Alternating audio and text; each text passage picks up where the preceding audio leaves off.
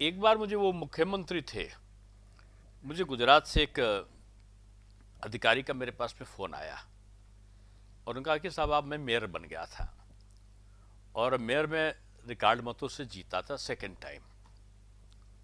तो उनका आया कि आपको एक कन्वेंशन ने गांधीनगर गांधीनगर में बहुत बड़ा सभागार उस समय बना था, महात्मा करके कोई सभागार का नाम है, तो महात्मा मंदिर।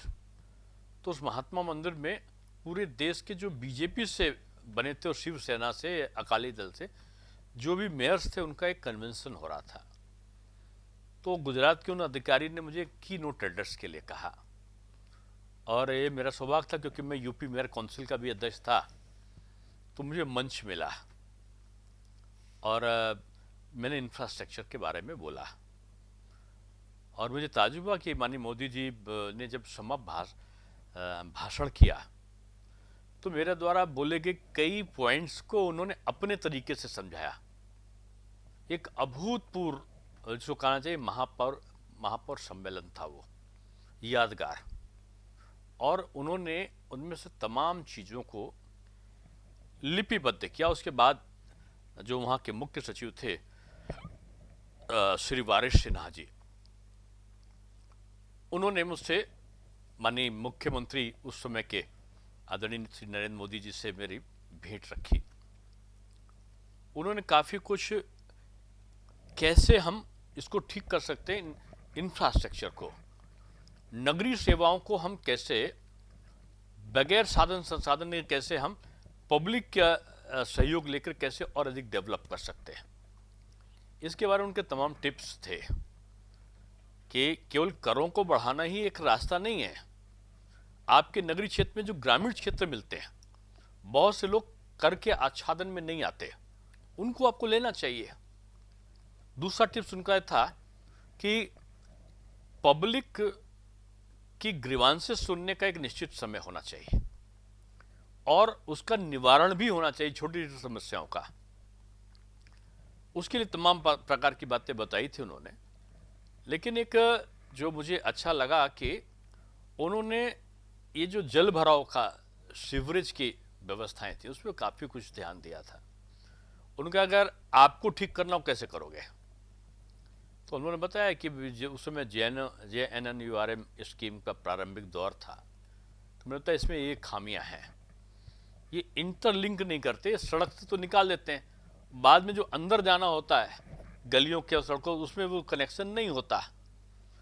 ये पाइपलाइन तो सीवर का डाल देंगे लेकिन नालियां बनती नहीं है, उसका निकास होता नहीं है और स्कीम में पैसा सरकार के पास आता नहीं है। उनकी कनेक्टिविटी एक होना चाहिए और दूसरा जो STP है साफ पानी के लिए, उसका अगर व्यवस्था जब तक नहीं होगी, नालों का डाइवर्जन का पैसा नहीं होगा, तब तक कोई भी केंद्रीय योजना का कोई लाभ नहीं होता। और मुझे खुशी हुआ कि जब वो प्रधानमंत्री बने तो उनको याद था।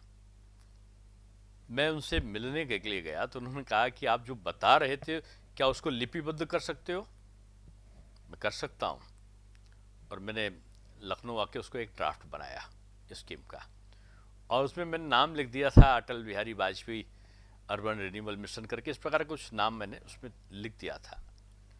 तो उनका सुझाव में भी नामकरण लिया है, जाइए वेंकैया जी से मिल लीजिए। वेंकैया नायडू जी उस समय शहरी विकास मंत्रालय उन्हीं के पास था। मैं गया और उनको मैं दे आया। उसके बाद कुछ अधिकारियों ने मुझसे कुछ बातों के बारे में पूछा, लेकिन एक दिन मुझे सुखद आश्चर्य हुआ कि Atal Bihari urban renewal mission का जो नाम था, जिसको अमृत योजना था, उसमें बहुत सारी चीज़ों को, यानी उसमें बहुत सारी चीज़ें नई भी थी और बहुत सारे वो कॉमन पॉइंट दिखाई पड़ रहे थे जो मैंने अपने ड्राफ्ट में लिखे थे प्रैक्टिकल नॉलेज के आधार पे। तो मुझे लगा, अब उन्होंने शामिल किया या नहीं किया ये तो शहरी नगर विकास मंत्रालय बता सकता है, लेकिन मुझे लगा कि वो सारे अधिकांश पॉइंट जो मैंने बताए थे वो सब लगभग उसमें समाहित मुझे दिखाई पड़े।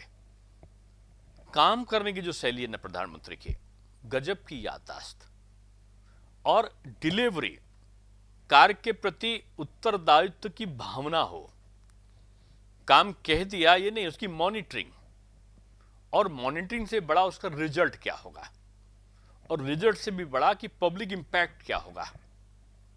और पब्लिक इंपैक्ट में आपने जो अपनी बातें सोची हैं उसमें प्रैक्टिकल एस्पेक्ट कितना है।